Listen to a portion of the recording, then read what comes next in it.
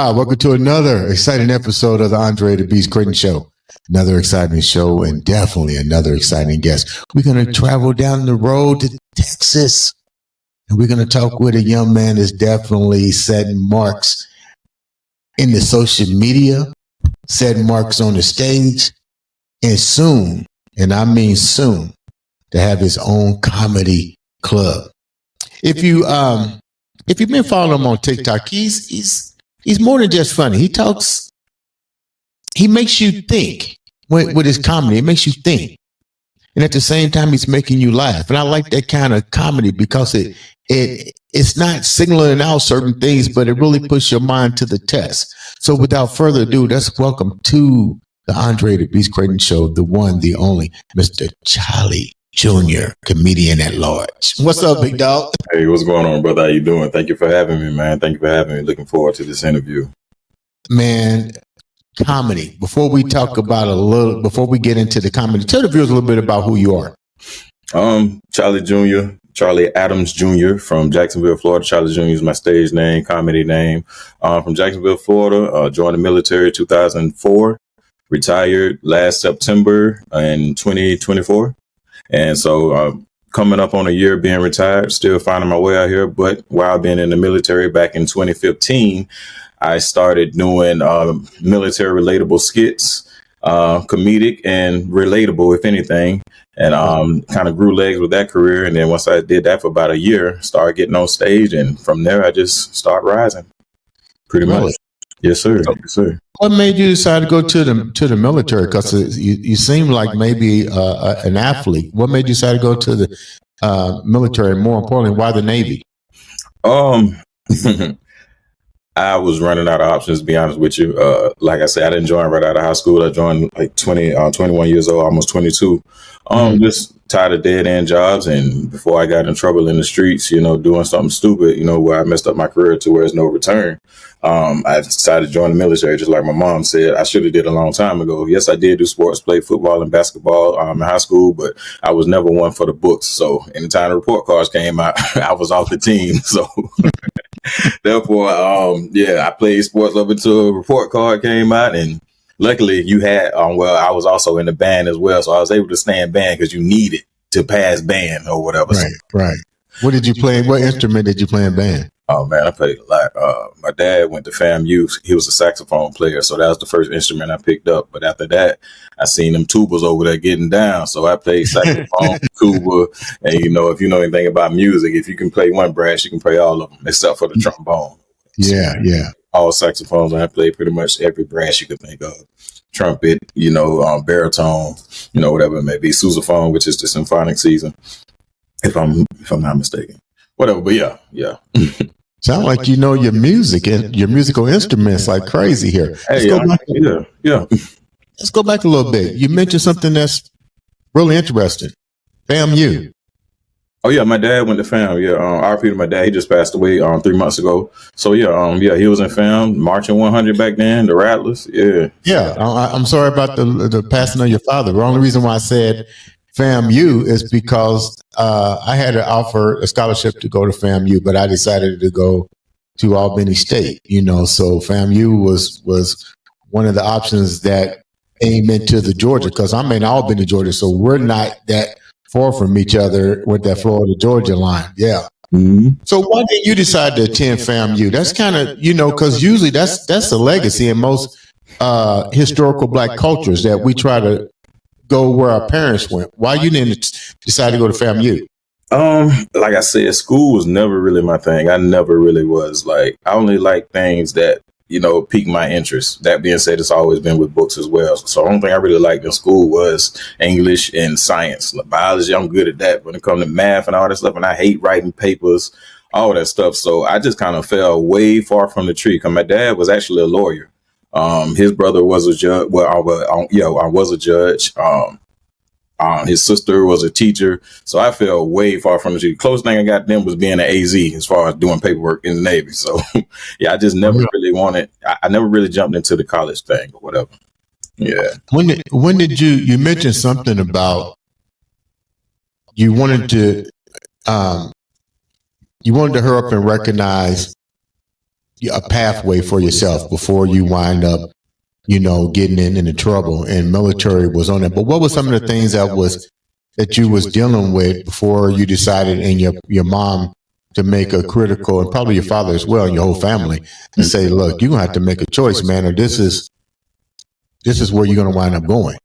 It was just, I would say, just trying to do things that I know wasn't of my character, and I know I wasn't raised that way. Because, like I said, I left home pretty much right after high school. I got an apartment on my own, and when you're trying to find ways to make ends meet, so you start doing stupid stuff. And once I got shot at one time, I was like, yeah, this ain't for me. And then just working dead end jobs, not going anywhere, and just pretty much I ain't gonna say I was homeless, but it was a point where I was just living with my ex-girl at the time or whatever, and her mom. So I was like, yeah, this is not it, So I was like, let me go in and join this Navy before I ruin myself, and I can't even do that. And I chose the Navy because they were the first ones I talked to, or whatever, to be honest with you. It was the first recruiter that came up to me, and I actually wanted to do the Air Force, but they say there was something wrong with my license. The Air Force was strict back then. So they were like, nah, we good. So what was the culture change for you? You're talking about academics. You really didn't care too much for the academic side, but to me, going into the Navy, you're gonna have to know you're gonna have to have somewhat of a balance, because don't you guys you out in sea? You can't afford to screw up when you're out there in that water and dealing with aircrafts and other people's lives. So what was the turning point for you once you got there? What was the adjustment for you like? So I would say the adjustment was, I've always been a person who take pride in what he does. You know what I'm saying? I was older coming in, so I had already worked certain jobs or whatever. So I had the worker mentality, so to speak, or whatever. But it took me a while to get the actual structure of the Navy. But once I figured out, hey, we need to get this job done. Okay, let me know everything about this job to figure it out, so I know how to go out here and do this, do that, do that and other. So I would learn the instruction and I would apply that, and then it took for me to learn that, hey, it's not all about your job in the Navy. You got to do stuff outside of that to advance, or whatever. You got to study to advance, So it was just the fact of me coming in, just being a worker. I was just always a worker. You know what I'm saying? I would get the job done, if that makes sense. Why did you apply the work part? Because you just said that you had to now do the work part. One of my best friends was in the Navy. He was in a sub, and he retired from there, from the Navy. Now you got to apply academics along with the instructional part that you're talking about. How difficult was that for you? Because that's not your forte. Exactly. So it was pretty much a repetition, I would say. It was repetition, because being in the Navy, back then the test was 200 questions. I want to say 50 or 100 of them were general knowledge of the military that didn't have anything to do with your job. But the 150 questions or 100 questions that actually had something to do with your job, it's maybe 20 to 30 questions that you actually do on a daily basis. All the other stuff you probably would never ever see in your career. And it's a point system when you're taking I'm taking the exam. Like, you got the pass but not advance. So I would always pass the test, but you have to score high enough to be eligible to the next rank, if that makes sense, or whatever. So it took me a minute, so it was just repetition. And like the pass but not advance, you get points that add up, that total up for the next time you take the exam. So every time that I advanced, it was because of the PNA points, pass but not advance points, and actually scored high enough to be advanced or whatever. So the Navy's different. Like, it's not just on performance or whatever. So how far did you wind up ranking? Because E6. I hear what you're saying. What was it you wind up ending your career with? E6. I maxed out at E6. Yeah. I was never. And then a lot of people question me, man, you don't feel bad retiring as an E6? No, because that was never like my goal. Like I said, my goal was always, hey, let me make sure the people up under me are good, and let me make sure the job is done. I never really worried about all the politics and things like that. No shade to anyone else, saying the Chiefs, khakis, or whatever that made it. But just me personally, I was cool. Like, I never stressed on it. And then once I started building my platform in the Navy, as an individual and, you know, touching people like with comedy, turning out our pain into laughter, I was like, dang, I got the same impact as these E7s, E8s, E9s have, because they the ones in my inbox telling me, hey, man, I appreciate the video you're doing, the content you're doing. Hey, it helped me get through deployment. I said, shoot, I'm good. And now it actually set me up after my career, you know what I'm saying, to keep moving forward with it. So it was definitely a big platform for me.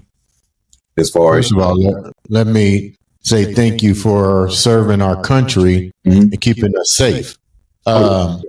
When you, this is going to be crazy. You go to the Navy. Do you remember your first joke that you wound up telling people that almost, let's say, went viral? Because you said captains and everybody was looking at your stuff. You remember what you said on your first one? well, my first skit was my very, very first skit in uniform. It was I was getting ready to leave Japan, so I had some time on my hand because I was checking out, and we were at work with nothing to do. Everything was done, you know, everything was done, and we couldn't go nowhere. We just sitting there. So I say, man, this is stupid. So I just made a skit.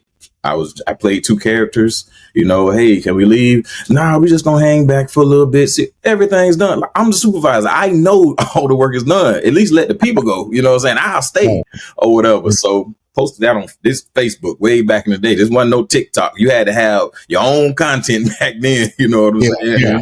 It wasn't no content karaoke as the new folks got or whatever, you know? Right. So I posted that in Japan. I want to say I woke up the next day. The video had over 50,000 views. I got like 1,000 friend requests. Hey, do another video. That was funny. And so that's the one that took off or whatever. So after that, I just kept going with it. Just kept going. How do you determine how to write your material? Is your material based on your life? Is it based on what? How do you write your material? Where do you get the inspiration from? Life, like they say, cliche, but the jokes write themselves sometimes. Yeah, but yeah, like, what do you mean? What do you mean? Write themselves. I mean, it's just, you can just, like, on a daily basis, dealing with my kids now, just like, period, my process from retiring, just being in, and then once you're on that stage and you start doing material, you know what I'm saying, you have your set. Let's say you got your first 3 minutes or whatever. Okay, I'm gonna go to this open mic and work on these 3 minutes. I dealt with this today. Put it on stage, you say it in front of somebody. Okay, cool. That's the feedback I got. They didn't laugh too much. You go back home. I could have added this to that joke. I could have added that to that joke or whatever. You keep writing. You done turn that 3 minutes into 5 minutes. Go back to the open mic, work on it again. Next thing you know, keep going, repetition. You got you a whole 30-minute set, you know? So like your inspiration, I think the best comics, the inspiration comes from their true life, just me personally. And me, I'm a read the room type person. Like a lot of my shows, when I first started doing comedy, I was a freestyler or whatever. I go in, I read the room, see what's going on, you know, see what kind of club they got us in. And I talk about the room first, maybe mess with the people a little bit. And then I get into my material, you know. But yeah, in life, the jokes write themselves. You just got to know how to flip it, you know. You haven't been out of the military that long. You mentioned your family and you are a proud father. What's that like for you now that you saw how your life could have turned out totally different? You come from legacy of lawyers, judges, FAMU. What do you bring different to your life now, coming out of the Navy, getting ready? We'll talk about this in a minute. Soon to open up your own comedy club. What values and things do you bring to your children now? I will say I have that. This day and age, you really need to have that financial background. I would say the Navy did set me up to financially take care of my kids. You know, it's sad to say, and I love my kids to death, and I wish it wasn't this way. But I have different kids from different mothers. You know what I'm saying? Right. So, and even being in the military, it takes you away from even more. Right. You know, but I was always raised with my mom and my father until I was 18 or whatever. So a lot of my structure wasn't just from the military. It came from my parents or whatever. My mom was strict as hell. My dad, he's that lawyer, you know what I'm saying? That voice in the house. My mom strict, mean as hell. So I got that from them. Then joining the military, you know, it kind of gave me a bit more structure. And I'm just, you know what I'm saying, you ball that up together or whatever, and then just living life. And like I said, I would say the main thing the military gave me for them is that financial, you know what I'm saying, that financial structure and that financial pillow to fall on for them. So I was like, I can take care of them. You know, I did my 20 years. So now I got my retirement, my disability, comedy, and all that stuff. It's not easy taking care of 3 kids, you know. So I would definitely say that's what I would take from the military. You know, they gave Now, that you mentioned financial it's not easy to take care of 3 kids. What do you mean by that? Is it because of the social media crave? Is it the monitoring? Is it because easy access? It's hard to monitor them now. Are they evolved a lot quicker than what we did? What's the toughness here?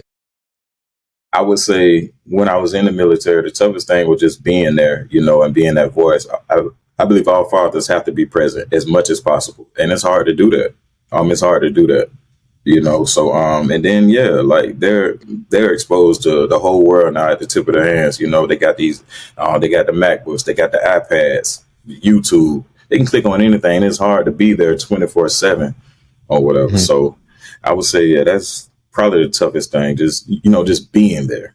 Just being there. That's what bothered me the most. That's why I'm glad I retired. That's what I enjoy most now, you know, so I'm around them now. Who is your favorite comedian? When did you realize you was even funny?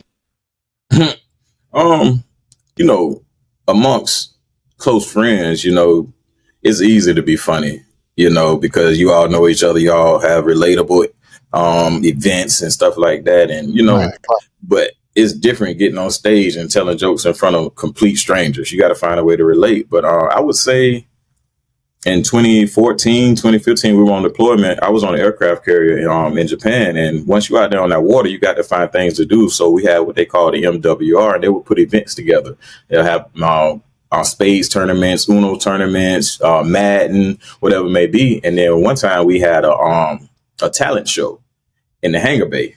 And they set up a little stage or whatever, and they needed somebody to host it. I was always joking around in the berthing, the living spaces on the ship. We called it the berthing or whatever, joking around. They're like, man, you funny as hell, this, that, and the other. And they just pretty much volunteered me, you know what I'm saying? Hey, we need somebody to host it. So I'm hosting, and I'm like, I'm getting a few laughs. Now, to me, this is my sold out show. They ain't got nowhere else to go. You know what I'm saying? Right. It was like 100 people in the hangar bay watching these people perform. And I would bring the people, I was the host. I'd bring up the next act, and in between acts and performances, you know, I just joke around or whatever. And I'm pretty good at this. So left Japan, and that's when I started building a social media following. And one of the main things when these clubs book you, they don't care if you're funny or not. They want to see if you can put asses in seats. And I had that military following. And when I left Japan, I went to Virginia. So I would be labeled a Virginia comic or whatever, because I started doing stand-up comedy in Virginia. And I just kept working on my craft and got better and better or whatever. And I was able to put asses in seats, and I just took off with it, to be honest with you. So I guess if people paying to come see me, I guess I'm kind of funny. Hey, you got to put asses on your social media platform. You don't even have to be funny these days. Mm-hmm.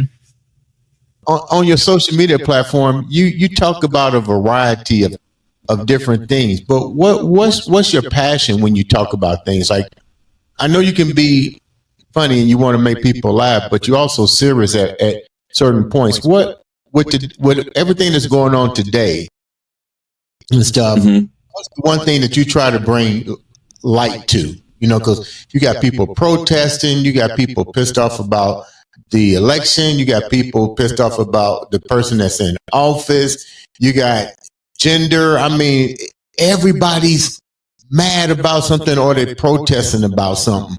How do you bring laughter to all these things and still keep your sanity?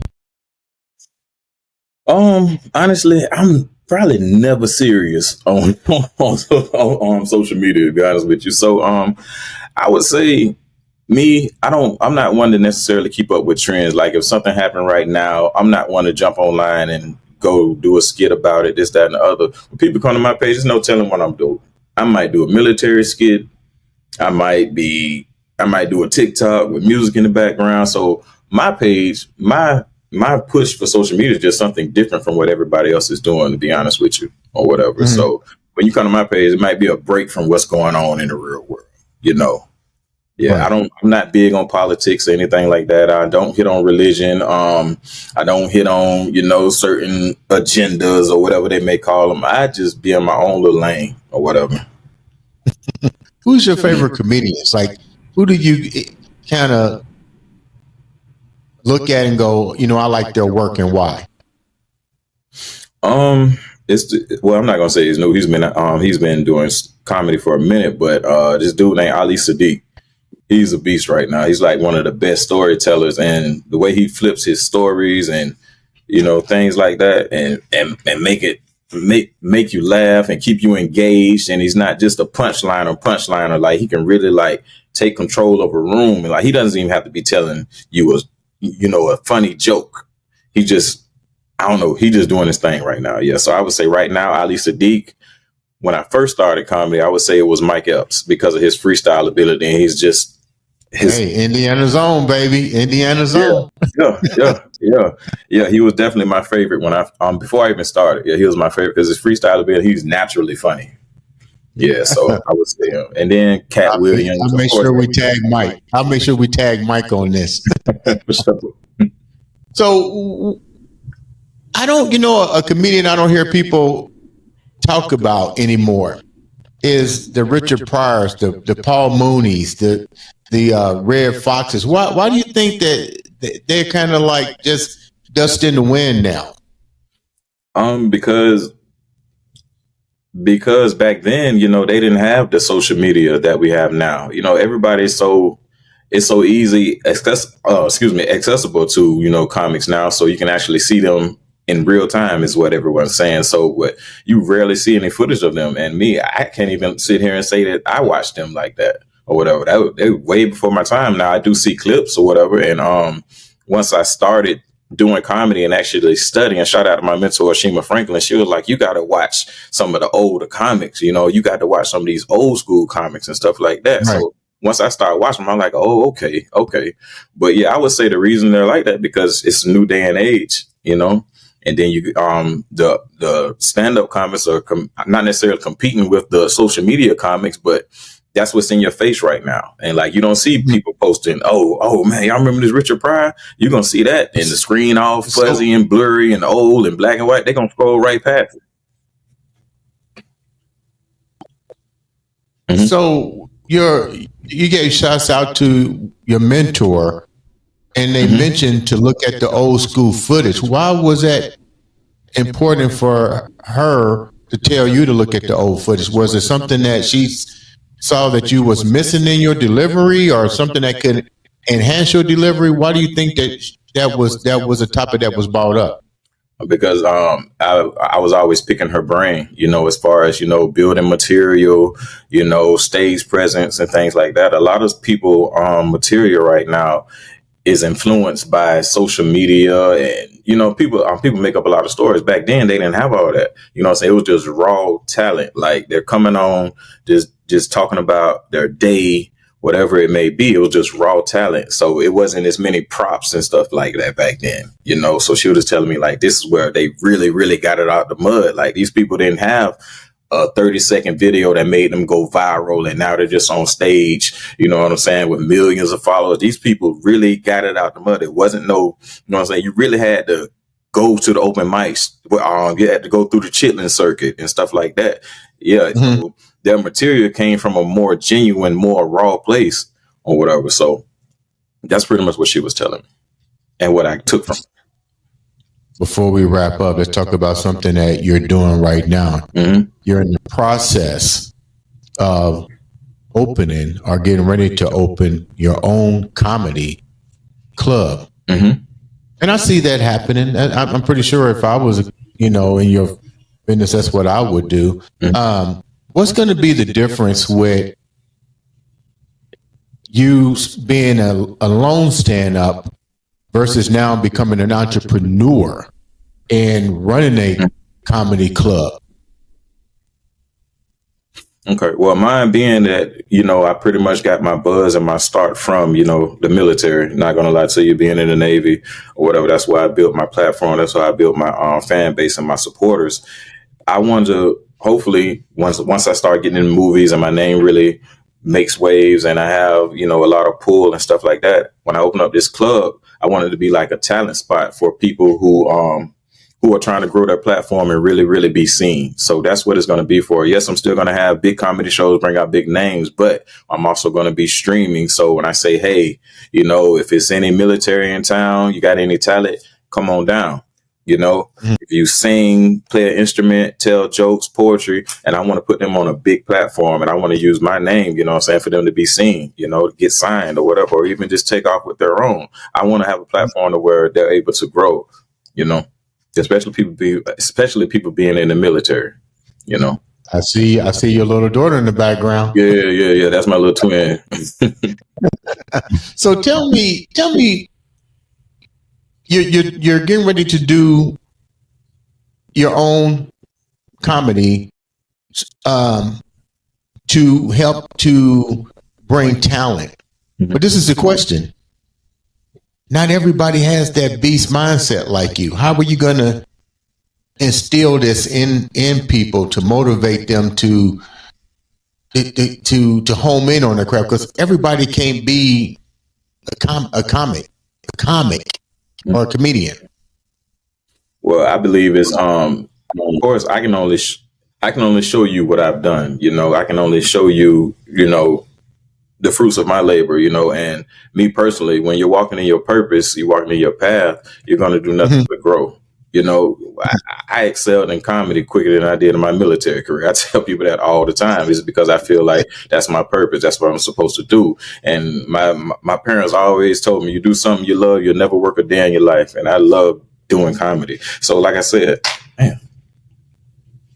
You know, I like the way you said it, because a lot of people can't understand that when you do something that you like, you never work a day in your life. Yes.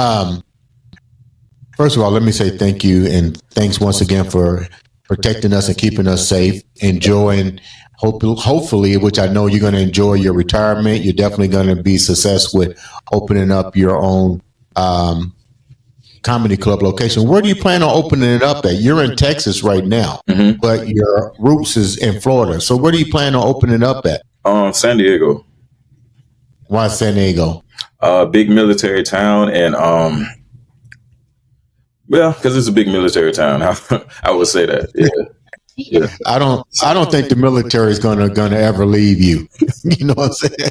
I think you're gonna be somewhere close to a ship, the military, and food and comedy. You're gonna be around those things. I guess San Diego is a place to be there. How can the viewers reach out to you, follow you on social media? Facebook.